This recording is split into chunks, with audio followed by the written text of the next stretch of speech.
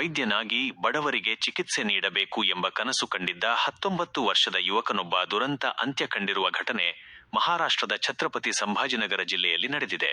ವಿದ್ಯಾರ್ಥಿ ಸೂರಜ್ ಸುಭಾಷ್ ಶಿಂದೆ ವೈಜಪುರ ತಾಲೂಕಿನ ಖಂಡಾಲದಲ್ಲಿರುವ ತಮ್ಮ ನಿವಾಸದಲ್ಲೇ ಮೃತ ಸ್ಥಿತಿಯಲ್ಲಿ ಪತ್ತೆಯಾಗಿದ್ದಾರೆ. ಸೂರಜ್ ನೀಟ್ ಪರೀಕ್ಷೆಗೆ ಸಿದ್ಧತೆ ನಡೆಸುತ್ತಿದ್ದರು.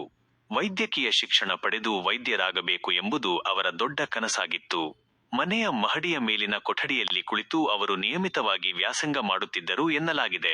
ಆದರೆ ಇತ್ತೀಚಿನ ದಿನಗಳಲ್ಲಿ ನೀಟ್ ಪರೀಕ್ಷೆಯ ತಯಾರಿ, ಉತ್ತಮ ಅಂಕ ಗಳಿಸಬೇಕೆಂಬ ಒತ್ತಡ ಹಾಗೂ ಭವಿಷ್ಯದ ಕುರಿತ ಚಿಂತೆಯಿಂದ ಸೂರಜ್ ಮಾನಸಿಕವಾಗಿ ಒತ್ತಡಕ್ಕೆ ಒಳಗಾಗಿದ್ದರು ಎನ್ನಲಾಗಿದೆ. ಈ ಹಿನ್ನೆಲೆಯಲ್ಲೇ ಅವರು ಆತ್ಮಹತ್ಯೆ ಮಾಡಿಕೊಂಡಿರಬಹುದು ಎಂದು ಪೊಲೀಸರು ಪ್ರಾಥಮಿಕವಾಗಿ ಶಂಕಿಸಿದ್ದಾರೆ.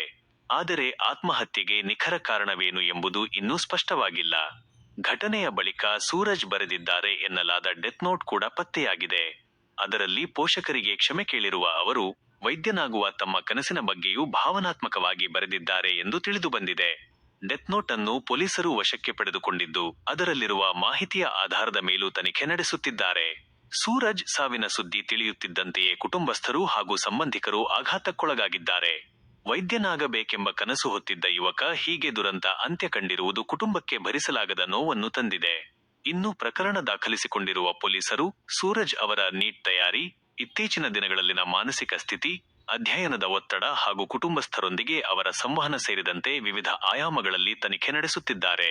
ನೀಟ್ ಸೇರಿದಂತೆ ಸ್ಪರ್ಧಾತ್ಮಕ ಪರೀಕ್ಷೆಗಳಿಗೆ ತಯಾರಿ ನಡೆಸುವ ವಿದ್ಯಾರ್ಥಿಗಳು ಅಂಕ, ರ್ಯಾಂಕ್ ಮತ್ತು ಭವಿಷ್ಯದ ವೃತ್ತಿಜೀವನದ ಕುರಿತಾಗಿ ಸಾಕಷ್ಟು ಒತ್ತಡವನ್ನು ಎದುರಿಸುತ್ತಾರೆ.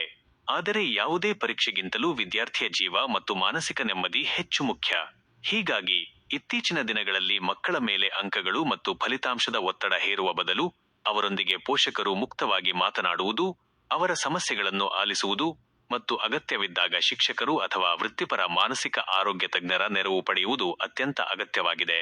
ವೈದ್ಯನಾಗುವ ಕನಸು ಕಂಡಿದ್ದ ಸೂರಜ್ ಅವರ ದುರಂತ ಅಂತ್ಯ, ಸ್ಪರ್ಧಾತ್ಮಕ ಪರೀಕ್ಷೆಗಳ ತಯಾರಿಯಲ್ಲಿರುವ ವಿದ್ಯಾರ್ಥಿಗಳ ಮೇಲೆ ಇರುವ ಒತ್ತಡದ ಕುರಿತು ಮತ್ತೊಮ್ಮೆ ಗಂಭೀರ ಚರ್ಚೆಗೆ ಕಾರಣವಾಗಿದೆ. ಸೂರಜ್ ಸಾವಿಗೆ ನಿಖರವಾಗಿ ಕಾರಣವಾದ ಪರಿಸ್ಥಿತಿಗಳು ಏನು ಎಂಬುದನ್ನು ಪತ್ತೆ ಹಚ್ಚಲು ಪೊಲೀಸರ ತನಿಖೆ ಮುಂದುವರೆದಿದೆ. ದೈನಂದಿನ ವಿಡಿಯೋಗಳಿಗಾಗಿ ನಮ್ಮ ನ್ಯೂಸ್ ಕಡಬ ಯೂಟ್ಯೂಬ್ ಚಾನೆಲ್ను ಇಂದೇ ಸಬ್ಸ್ಕ್ರೈಬ್ ಮಾಡಿ.